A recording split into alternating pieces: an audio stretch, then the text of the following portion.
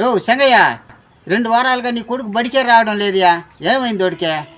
సరేలే చూసి పంపి. సరే సార్, నేను పంపిస్తాను సార్ బడికా.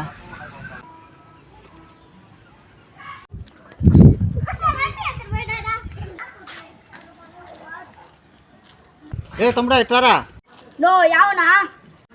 ఏయ్ మా కొడుకు బడికి వస్తున్నాడా? మీ కొడుకు మా కొడుకు బస్సు ఎక్కుతాడు, బడికి దిగుతాడు, కానీ బడికి మటం రాడు.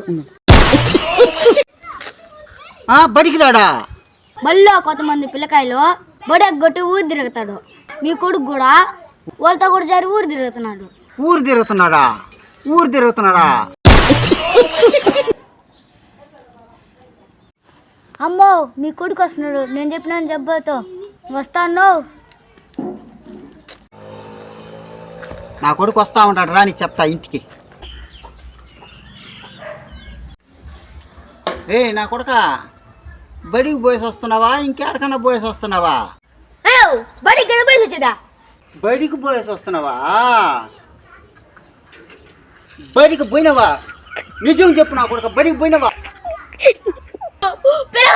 ఊరు తిరిగి పోయినాను. ఇంక మీదట ఊరు తిరగని పోతావా? సక్రంగా బడికి పోతావా? ఇంక బయట సక్రంగా బడికి వచ్చేది కూడా. నాయనా, ఎవరికి పంచిన ఆస్తి చదువు ఒకటేరా. చదువు గొప్పతనం నీకు తెలియదురా. దీపం ఉన్నప్పుడే ఇల్లు సర్దుకోమంటారు. మేము ఉన్నప్పుడే నువ్వు చదువుకొని మంచి భవిష్యత్తులో బాగుండేదని చూసుకోరా. నువ్వు బాగుండాలనే కదరా మేము కోరుకుంటాము. బడికి పోతున్నానని మమ్మల్ని మోసం చేస్తున్నావురా, తప్పు నాయనా. మిమ్మల్ని మోసం చేయండి నాయనా, నేను మీదట బడి సక్రమంగా పోయి చదువుకుంటాను నాయనా.